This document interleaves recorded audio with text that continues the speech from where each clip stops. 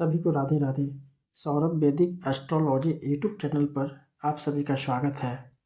मैं आप लोग के समक्ष एक और न्यू वीडियो के साथ हाजिर हूँ। आज हम बात करेंगे राहु के रत्न के बारे में।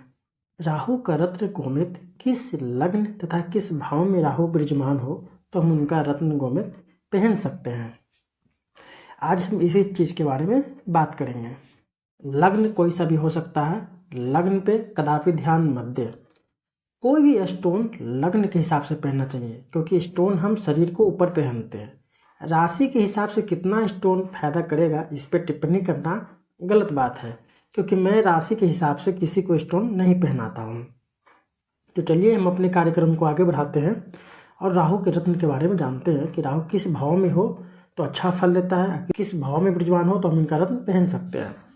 काल पुरुष का कुंडली है, लग्न हमेशा पहला भाव ही होता है। राहु तीसरे भाव में हो, छठे भाव में हो, कर्म भाव में और लाभ भाव में हो तो अच्छा माना जाता है। कहा जाता है कि राहु अगर इन भावों में विराजमान हो तो अच्छा शुभ परिणाम देता है।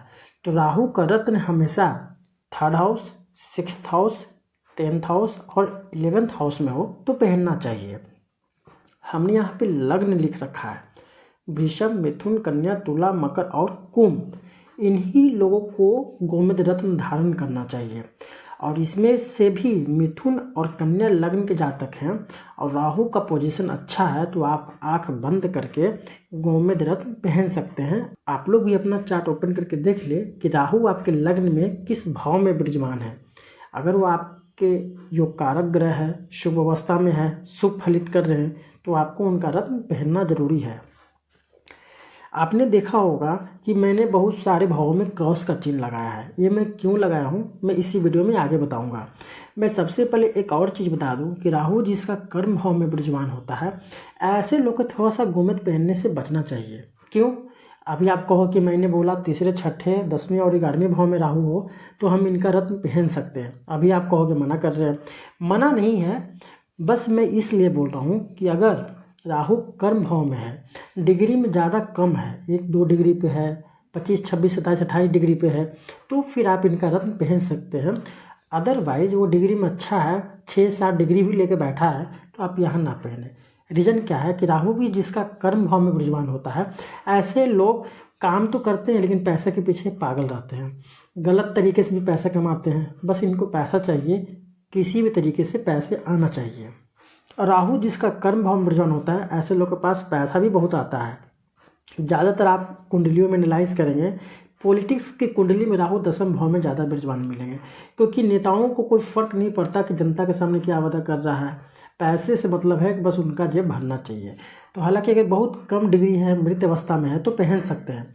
अदरवाइज तीसरे, छठे और 11वें भाव में है, डिग्री अच्छा भी है, 10-12 डिग्री पे है, फिर भी आप उनका छोटा सा 4.25 कैरेट, 5.25 कैरेट के आप आजीवन पहन सकते हैं, कोई दिक्कत नहीं है। तीसरे भाव में राहु विराजमान है तो परिवार की रक्षा करेगा, छोटे भाई बहन का सपोर्ट मिलेगा, छोटे भाई बहन का हमेशा ये देख रेख करेगा, एक लीडर की तरह वर्क करेगा। छठे भाव में है तो शत्रु हंता योग बना देते हैं राहु, शत्रुओं का नाश करने वाले होते हैं। शत्रु कितना भी आपको परेशान करे, उपद्रव मचा ले, फिर भी वो आपके हमेशा नीचे ही रहेगा, आपके सामने हमेशा सर ही झुकाएगा। तो छठे भाव में राहु शत्रुहंता राजयोग बना देते हैं तो सबसे शुभ फल देते हैं। एग्जाम कंपटीशन के लिए बहुत बेस्ट है। कर्म भाव के बारे में मैंने बताया ही, कर्म भाव में राहु है तो आप गलत तरीके से भी पैसा कमा सकते हो। राहु जिसका कर्म भाव में है बहुत पैसा देते हैं। अगर आप सही तरीके से ईमानदार हो तो फिर आप इनका रत्न पहन सकते हो, कोई दिक्कत नहीं है। हालांकि मना नहीं है, अच्छी डिग्री पे तो ना पहने, क्योंकि बेफिजुल का पैसे, फिर माइंड ओवर थिंकिंग ज़्यादा करता है, पैसों के पीछे ऐसे लोग ज़्यादा भागते हैं। लाभ भाव में है, आजीवन पहन सकते हैं। लाभ भाव में एक कंडीशन है कि सूर्य साथ में ना बैठा हो। सूर्य होगा, सूर्य ग्रहण लगा देगा, पिता से आय में कमी कर देगा। सरकार से अगर कोई गवर्नमेंट जॉब कर रहा है तो सरकार से जो इनकम होती है उसमें प्रॉब्लम कर देगा। कहने का मतलब है कि राहु के साथ सूर्य ना बैठा हो, सूर्य ना हो, गुरु ना हो, मंगल चंद्र ना हो, तो फिर इन्हीं भाव में या तो अकेला राहु हो या फिर राहु के साथ बुध हो, शुक्र हो, शनि हो तो आप पहन सकते हैं, कोई दिक्कत ना हो, बशर्ते चंद्र, गुरु, मंगल, शनि ना हो। मैंने यहाँ पर नहीं लिखा, मैं यहाँ पर लिख देता हूँ। चंद्रमा नहीं हो, गुरु, मंगल, सूर्य, तीसरे, छठे, 10वें और 11वें भाव में राहु हो और साथ में चंद्र, गुरु, मंगल, सूर्य ना हो, इन ग्रहों को छोड़कर शुक्र, बुध, शनि हो तो आप इनका रत्न आजीवन पहन सकते हैं। एक चीज़ मैं आपको बताना चाहूँगा कि जहाँ जहाँ मैंने क्रॉस किया है, आप तो कहोगे दूसरे भाव में राहु है, तो बहुत ज्योतिषी का मानना होता है कि राहु वृषभ राशि में उच्च के होते हैं। मान लीजिए ये मेषी लग्न की कुंडली है, तो आप एनालाइज कीजिएगा, राहु हमेशा धन भाव में बैठ के धन की हानि करवाते हैं। आप नोटिस कीजिएगा, अगर आपकी भी कुंडली में है राहु सेकंड भाव में है तो धन का हमेशा हानि होगा, सेविंग में दिक्कत होगा। सप्तम दृष्टि से अष्टम भाव में आएगा आकस्मिक प्रॉब्लम। कहने का मतलब है कि चोट चपेट लगेगा, किसी को पैसे दोगे तो पैसे फंस जाएगा, डूब जाएगा, व्हीकल डैमेज होने का खतरा है। सेकंड हाउस में राहु अच्छा नहीं रिजल्ट देता है। बहुत लोग कहोगे शुभ भाव में राहु अच्छा रिजल्ट देता है। जिसका भी राहु शुभ भाव में है, चार्ट निकाल के देख लीजिए, माता का स्वास्थ्य इश्यू होगा, चेस्ट से लेकर के कमर के बीच में कभी ना कभी सर्जरी होगा, ये राहु देंगे। तो चौथे का भी राहु अच्छा नहीं माना जाता है। चौथे भाव में राहु है तो माता से दूर करवा देगा, घर का क्लेश मिलेगा। चौथे भाव का भी राहु अशुभ होता है। सप्तम में है तो तलाक वगैरह की स्थिति बना देगा, पार्टनरशिप के साथ आपका बनेगा नहीं, अलग अफेयर चलेगा। तो सप्तम भाव में भी राहु अच्छा फल नहीं देता। राहु तीसरे, छठे, 10वें और 11वें भाव में अच्छा फल देता है।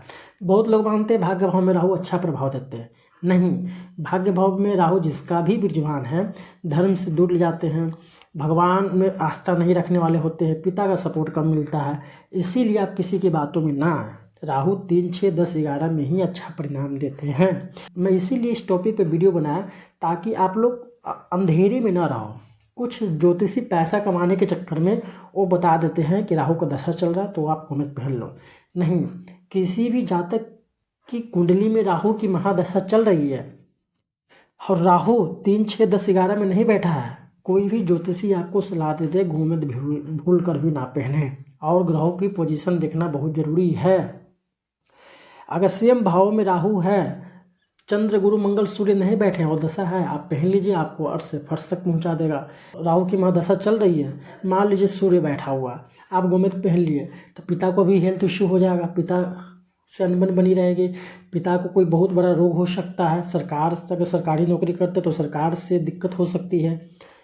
तो एक अच्छे एस्ट्रोलॉजर से सलाह ले करके पहने स्टोन, क्योंकि बहुत नेगेटिव पॉजिटिव दोनों एनर्जी ये देता है। स्टोन के पास नेगेटिव पॉजिटिव दोनों एनर्जी होता है। इसीलिए मैं इस वीडियो को बनाया, आप वीडियो को देखें, सीखें। हाँ, अगर राहु तीसरे, छठे, 10वें, 11वें में हो, साथ में ये ग्रह ना हो, आप आँख बंद करके पहन लीजिए, किसी की कुंडली दिखाने की जरूरत नहीं है। तो ये था मेरा आज का राहु का रत्न गोमेद किस लग्न तथा किस भाव में पहने। याद रखिएगा, मैंने लग्न और भाव का चर्चा किया है, राशि का नहीं।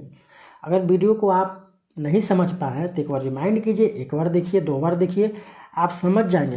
क्योंकि राहु का रत्न बिना सलाह के नहीं पहनना चाहिए। अगर बिना सलाह के पहनते हो तो बहुत बुरा रिजल्ट देगा। आई होप आप समझ गए होंगे। अगर आप भी किसी चीज़ के बारे में जानना चाहते हैं, कुंडली बनवाना चाहते हैं, कुंडली मिलवान करवाना चाहते हैं, शादी में रुकावटें आ रही है उसके बारे में जानना चाहते हैं, शादी कब होगा उसके बारे में जानना चाहते हैं, संतान का योग है कि नहीं, पुत्र प्राप्ति कब होगा, किसी भी चीज़ का समाधान चाहते हैं, आप मुझसे व्हाट्सएप पे कंसल्ट कर सकते हैं। ऑन कॉल पे भी समाधान ले सकते हैं। डिस्क्रिप्शन में मेरा व्हाट्सएप नंबर दिया हुआ है, आप मुझसे कॉन्टेक्ट कर सकते हैं। धन्यवाद।